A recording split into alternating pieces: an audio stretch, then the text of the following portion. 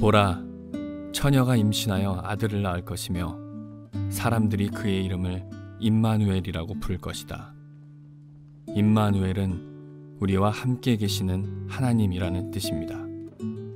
자, 가슴에 손을 얹고 믿음을 고백하고 오늘 할 말씀 듣겠습니다. 한번 따라해 주시겠어요? 하나님은 나를 사랑하십니다. 나는 그 사랑 안에 있습니다. 하나님은 오늘 나에게 말씀하실 것입니다. 그 말씀에 능력이 있습니다. 그 말씀에 생명이 있습니다. 나의 마음을 하나님께 열겠습니다. 나의 생각을 예수님께 집중하겠습니다. 들은 만큼 변합니다. 들은 만큼 행복해집니다. 지난주부터 대강절 시리즈를 시작하였습니다. 대림절, 대강절이라고 하는 시간은 예수님의 오심을 기억하고 주님의 다시 오심을 준비하는 시간입니다. 12월이 되면 마음이 굉장히 분주해지는 것 같아요. 모임도 많아지고 설레고 들뜨고. 근데 정작 성탄의 주인공 되신 예수님에 대해서 우리가 소홀하기 쉬운데 주님의 오심을 기다리며라고 하는 대림절 서비스 시리즈를 통해서 정말 예수님의 성탄의 메시지를 가슴에 품을 수 있는 복된 은혜가 여러분과 제 안에 있게 되기를 바랍니다. 예수님에 대한 기록은 복음서라고 하는 신약의 네 권을 책을 통해서 우리에게 주어졌습니다.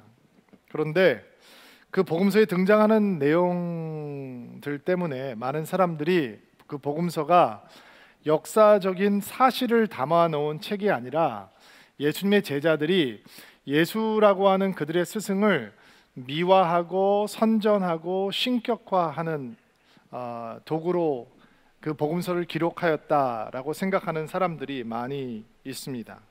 즉 예수님의 탄생을 둘러싸고 일어나는 이야기들, 그분이 베푸셨던 기적, 그분의 가르침과 사상, 그분의 죽음, 부활, 그리고 승천이라고 하는 사건이 그분을 신격화하기 위해서 기발하게 창작되고 연출되고 편집되고 전승까지 되었다라고 주장하는 것입니다. 그리고 그런 주장을 하는 사람들은 비슷한 일들이 다른 종교에도 다른 문화권에도 존재한다라고 하는 것을 보여줍니다. 여러분, 로마라고 하는 나라가 엄청난 권세를 누리고 있던 나라잖아요. 그 로마의 위대한 황제의 시대를 열었던 사람이 줄리어스 시저라고 하는 사람인데, 그가 죽임을 당한 다음에 로마 제국이 엄청난 혼란 속에서 전쟁을 하고 있을 때 그 전쟁을 다 마무리하고 정복을 했던 사람은 줄리어스 시저의 양자였던 옥타비우스라고 하는 사람이었습니다. 그가 황제가 된 다음에 그는 어떤 이름을 취하게 되냐면 아우구스투스라고 하는 이름을 취하게 됩니다. 성경에는 요셉이 마리아를 데리고 베들레헴에 가서 호적 등록을 할 수밖에 없도록 명령을 내렸던 아구스토라고 하는 로마 황제가 바로 아우구스투스라고 하는 시저입니다. 이 아우구스투스가 권력을 장악하고 북으로는 독일부터 남으로는 이집트, 그리고 스페인에서 시리아까지 이르게 되는 거대한 왕국을 이룬 다음에 전쟁을 멈추고 엄청난 평화의 시대가 도래했다라고 하는 복된 소식을 그의 제국에게 알리고 그가 절대적인 황제가 되었다라고 하는 것을 확고히 한 후에 그 로마에 있던 시인들과 역사가들은 이제 그를 신격화하는 미화하는 작업을 시작했습니다. 먼저 줄리어스 시저가 사람이 아니라 진짜 죽은 후에 신이 되었고, 아우구스투스는 줄리어스 신의 아들이다, 그리고 그도 곧 신이다라고 하는 이제 이런 작업들이 이루어지는 거죠. 그 자료들은 어렵지 않게 찾아볼 수 있습니다. 또 불교에서는 석가모니가 태어났을 때 이렇게 태어났다라고 얘기를 합니다. 아마 여러분도 들어보신 적이 있을 것입니다. 그의 어머니가 꽃이 만발한 무우수 나뭇가지를 잡고 오른쪽 겨드랑이 밑에서 석가모니를 낳았다고 합니다. 이때 하늘에서 오색 구름과 무지개가 피었으며 구룡이 나타나서 몸을 닦아 주었다고 하죠. 석가모니는 태어나서 사방으로 7걸음을 걸었는데 그 걸음마다 연꽃이 피어올랐고, 오른손은 하늘을 가르치고 왼손은 땅을 가리키면서 이렇게 외쳤다고 합니다. 태어난 아이가 천상, 천하, 유아, 독전.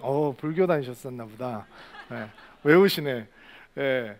삼계 계고 아당 안지, 무슨 뜻이냐면 우주 만물은 오직 자기 자신 안에 존재하는 것으로 세상을 살아가는 고통도 생각하기 나름인지라 자기 스스로가 편안하게 할 수 있다라는 것입니다. 무슨 뜻인지 모르셔도 됩니다.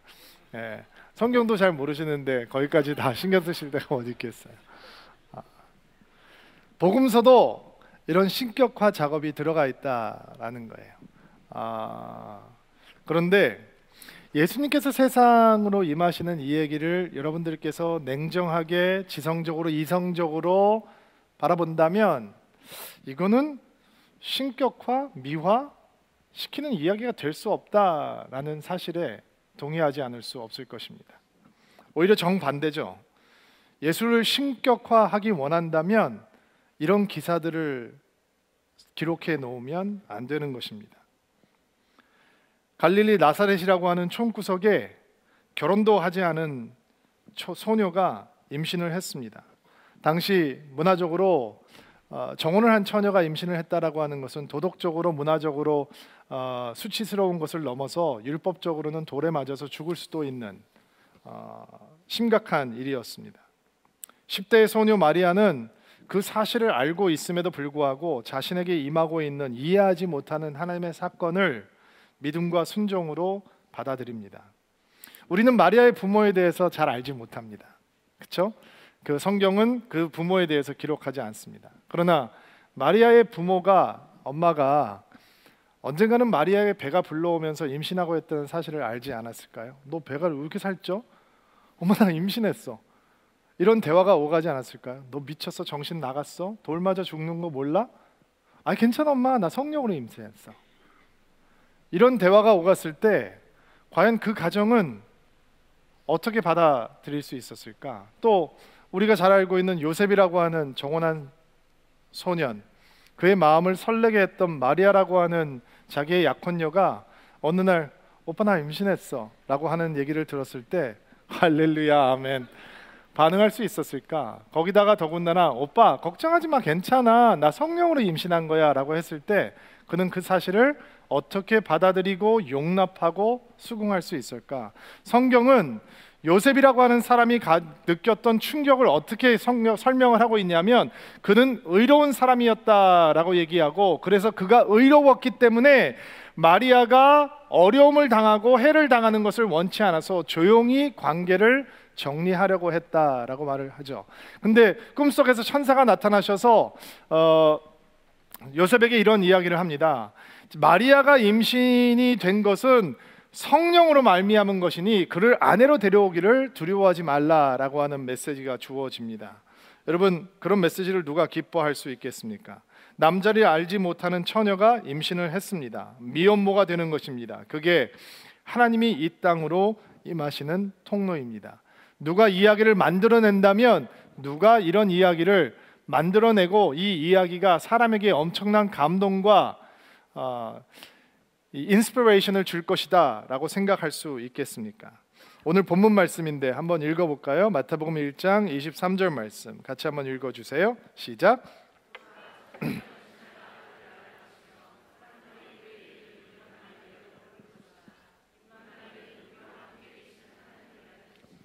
이 말씀이 예수님께서 태어나시기 전 800년 전에 이사야 선지자의 말씀을 통해서 동정녀에게 태어나실 메시아에 대한 예언의 말씀입니다.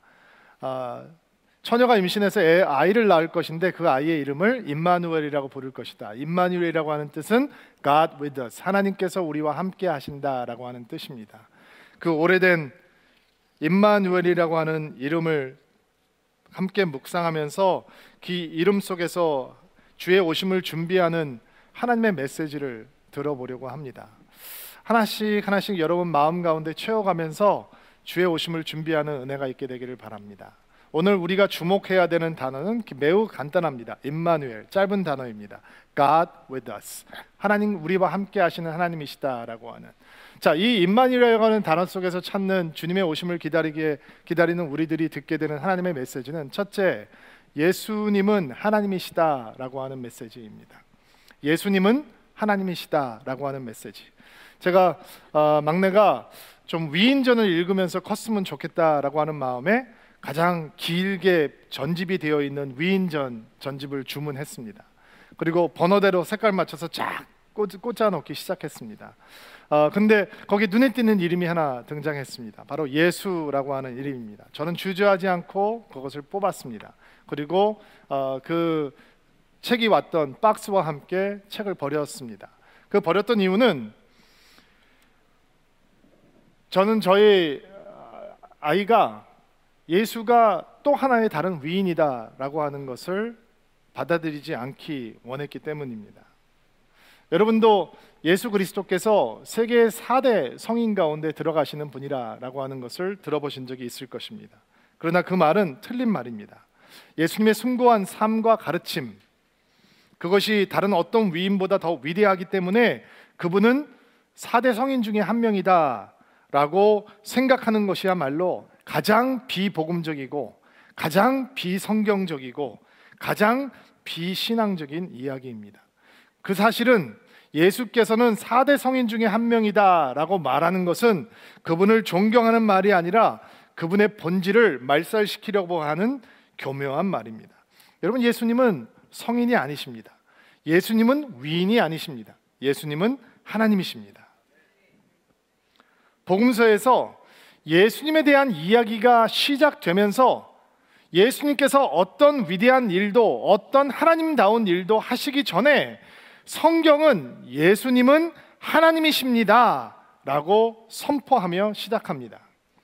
천혜의 몸을 빌어서 우주를 다스리시던 예수님께서, 하늘의 보좌 앞에 보좌에 앉으셨던 예수님께서 여자의 단세포 속으로 들어와서 아무것도 스스로 할 수 없는 어린아이가 되시는 과정인데도 불구하고, 그게 하나님께서 이 땅에 들어오시는 길인데도 불구하고 성경은 주저하지 아니하고 하나님께서는 주저하지 아니시고 예수는 하나님이시다라고 우리에게 말해주고 있습니다. 우리는 예수께서 하나님이시다라고 하는 것을 믿는 게 어려운 것은 우리가 너무 많은 자료들을, 너무 많은 과학과 너무 많은 기술의 혜택을 누리기 있기 때문이다라고 생각하기 쉽습니다. 그러나 성경 속에 살고 있던 예수님 시대의 사람들도 그 어린아이의 모습을 입고 이 땅에 오신 예수 그리스도가 하나님이시다라고 하고 믿는 것은 어려운 일이었습니다.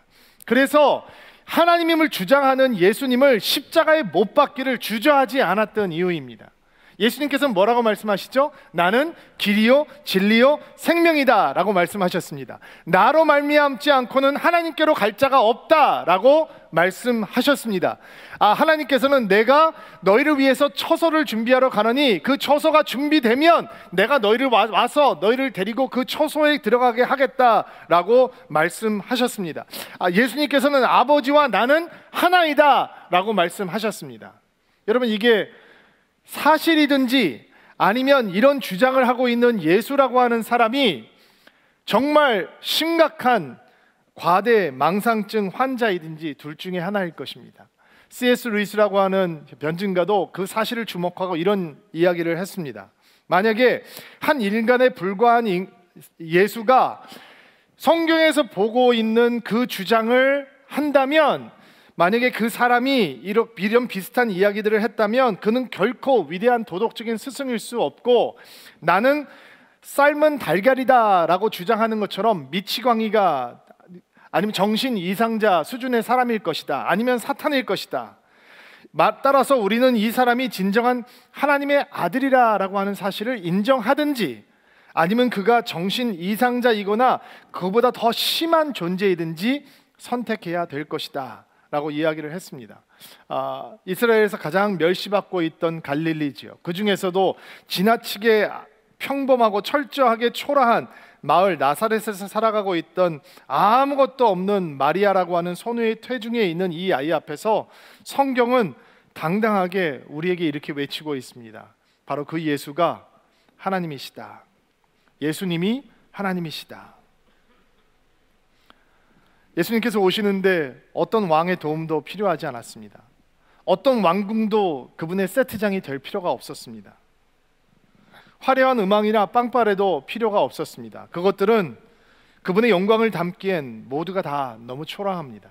그러나 그분께서 이 땅으로 오시는 길은 신앙과 믿음으로 다져졌습니다. 주님의 뜻이 온전히 내게 이루어지기를 원합니다 라고 소망했던 어린 소녀 마리아의 믿음과 신앙으로 그 길이 다져졌습니다. 꿈속에서 나타났던 천사의 말대로 자기의 약혼녀가 임신을 했는데도 불구하고 그를 아내로 받아들이며 그 아이가 태어날 때까지 아내와 함께 눕지 않았던 요셉이 가지고 있었던 신앙과 믿음으로 주의 오시는 길은 다져지고 있었던 것입니다. 철저하게 비춰냈던 목자들의 신앙의 소리와 찬양의 소리로 그분의 오실 길은 다져졌던 것입니다. 예수님께서 하나님이시라면 언제나 그 사실은 우리에게 개인적이고 능동적인 반응을 요구합니다. 그게 믿음이고 신앙입니다. 여러분, 예수 그리스도께서 여러분의 하나님이 되십니까? 여러분은 그분 앞에 무릎을 꿇고 그분이 여러분의 하나님이시며 여러분의 주님이십니다 라고 고백을 하셨습니까?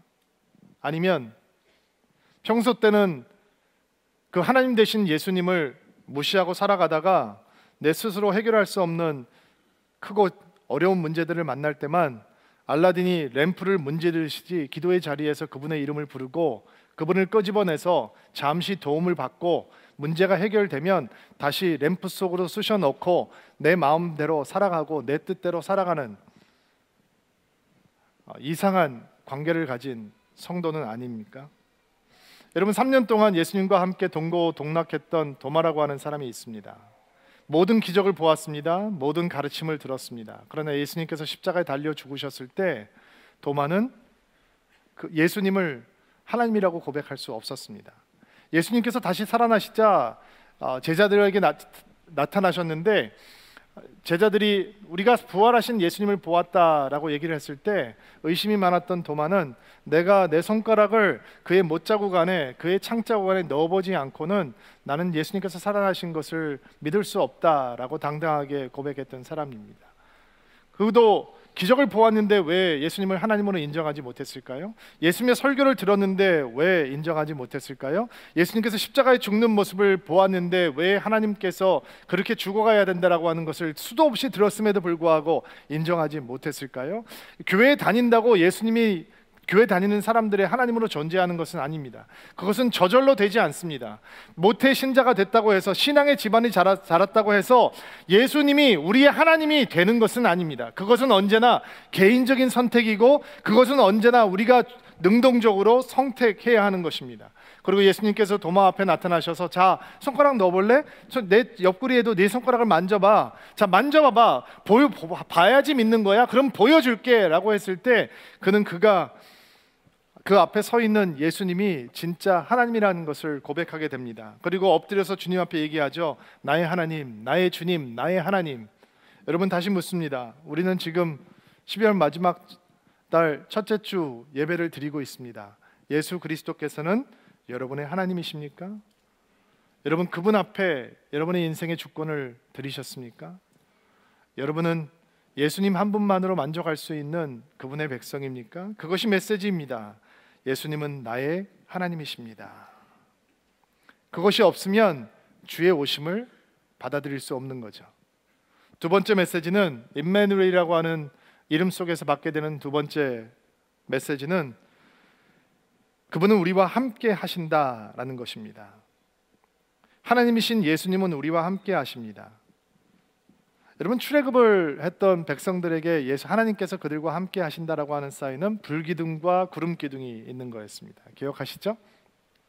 시내산에서 이스라엘 백성들에게 너희가 너희와 함께 하겠다라고 하는 약속을 보여주시면서 나타났던 증상들은 그 산이 연기로 가득 찬, 구름으로 가득 차고 빼곡하게 차는 겁니다. 그리고 산이 진동하는 거였습니다. 백성들은 너무 두려워서 하나님 앞에 엎드려서 벌벌벌 떨었습니다. 구약에서 하나님이 함께 하신다라고 하는 것은 격려의 모습이 아니라 두려움의 상징이었습니다.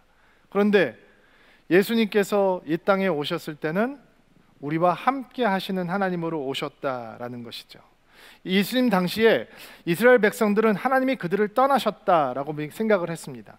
하나님께서 이스라엘을 떠나신 증거는 뭐냐? 북이스라엘 왕국이 BC 722년에 멸망을 하고 남유다 왕국이 BC 580년에 멸망을 했는데도 불구하고 여전히 이스라엘이 회복되지 않고 있었다라는 것입니다. 또 하나님께서 선지자를 보내주셔서 이스라엘 백성들에게 하나님의 음성을 직접 들려주셨는데 지난 400년 동안 하나님께서 선지자를 보내주시지 않아서 하나님께서 이스라엘 백성들에게 말씀하고 있지 않다라고 하는 사실이 이스라엘 백성들이 듣기에는 하나님이 우리를 떠나셨구나 라고 생각하게 만들었습니다. 근데 떠나셨던 하나님께서 돌아오신 것입니다.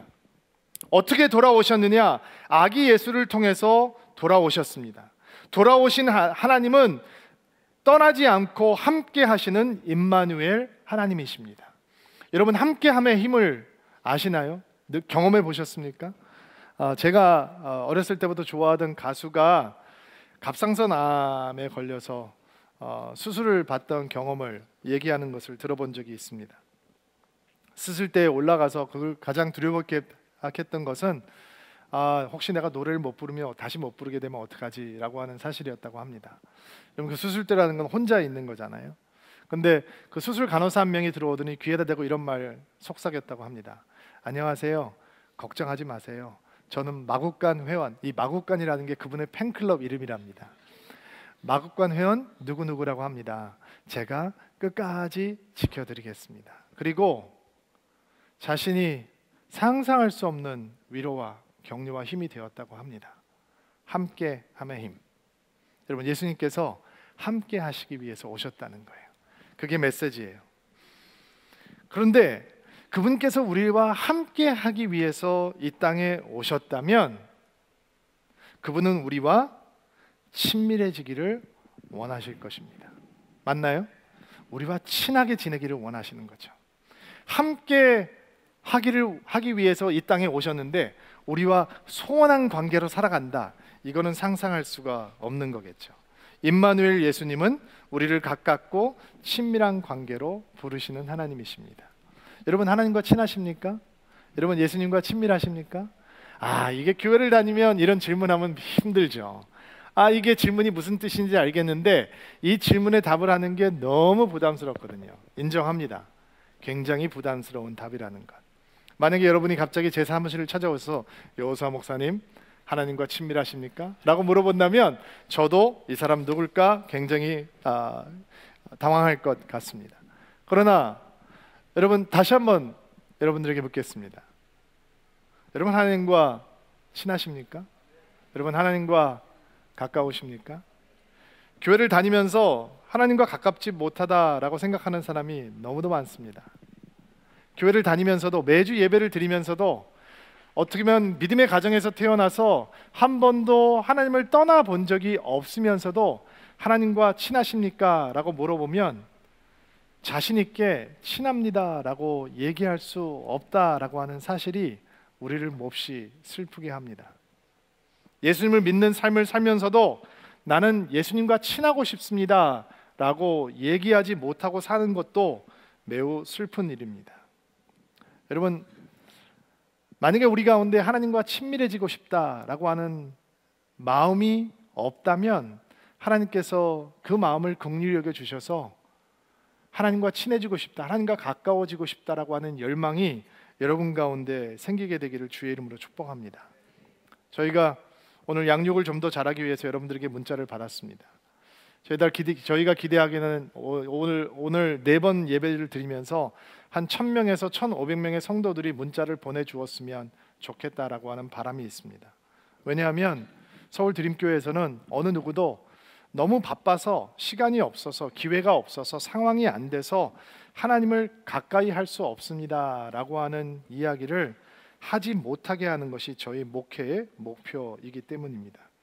매일 저녁, 매일 새벽, 매일 점심시간 어딘가에서 여러분들이 하나님과 친해질 수 있도록 말씀과 기도를 붙들 수 있도록 도우는 것이 저희 양육의 목표입니다. 여러분, 하나님과 가까워지는 시간을 만들어 보시기 바랍니다. 하나님과 친해지시기 바랍니다. 아멘. 하나님과 가까워지시기 바랍니다. 함께 하시는 하나님께 가까이 가는 은혜가 있게 되기를 바랍니다. 1월 첫 주가 되면 저희들은 특별 새벽기도를 시작하게 될 것입니다. 12번에 걸쳐서 새벽기도 제단을 쌓을 건데, 여러분 올해 기도 제목은 하나님과 친해지고 싶다라고 하는 기도 제목을 삼아보는 것도 좋은 기도가 될 것 같습니다. 하나님과 가까이 있다고 하는 사실, 아니 그분께서 우리와 가까이 있기 위해서, 우리와 함께하기 위해서 하늘을 버리시고 이 땅으로 임하시고, 하늘의 영광을 버리시고 인간의 몸을 입고 누추하게 오시고, 그러면 그랬는데도 불구하고 하나님과 친밀하십니까? 하나님과 친하게 지내고 계십니까? 라고 얘기할 때, 하나님과 가까이 계십니까? 라고 얘기할 때 우리가 자신 있게 답하지 못한다면 정말 슬픈 일이 될 것입니다. 하나님께서는 우리를 함께하는 삶으로 부르십니다.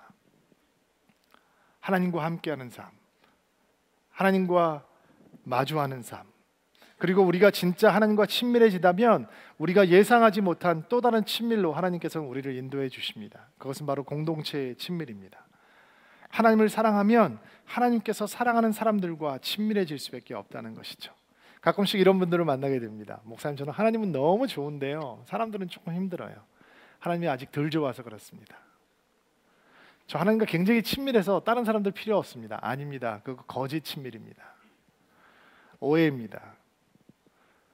진짜 하나님과 친하다면, 진짜 하나님과 가깝다면 우리는 하나님께서 사랑하시는 사람들과 친밀해지는 것을 사모하게 됩니다. 기뻐하게 됩니다.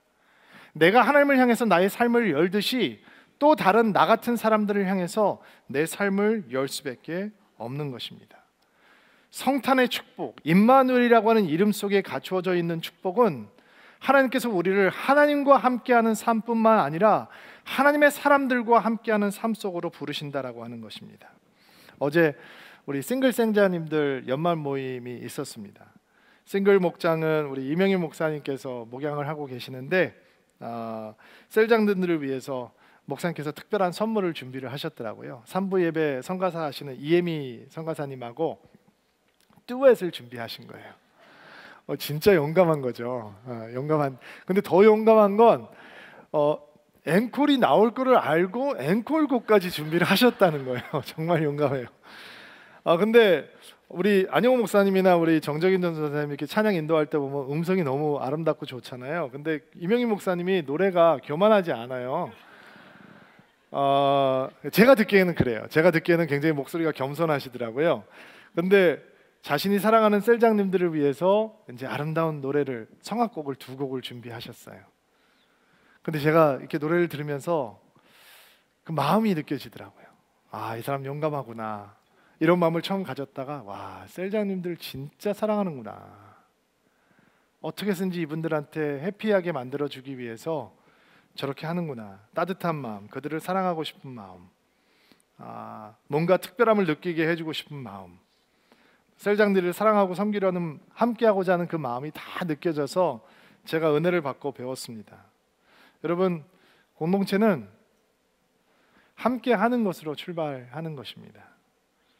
아직 공동체에 대해서 마음이 열리지 않은 분들이 있다면 오늘 주의 이름으로 축복하고 도전합니다. 예수께서 우리와 함께하기 위해서 이 땅에 오셨습니다.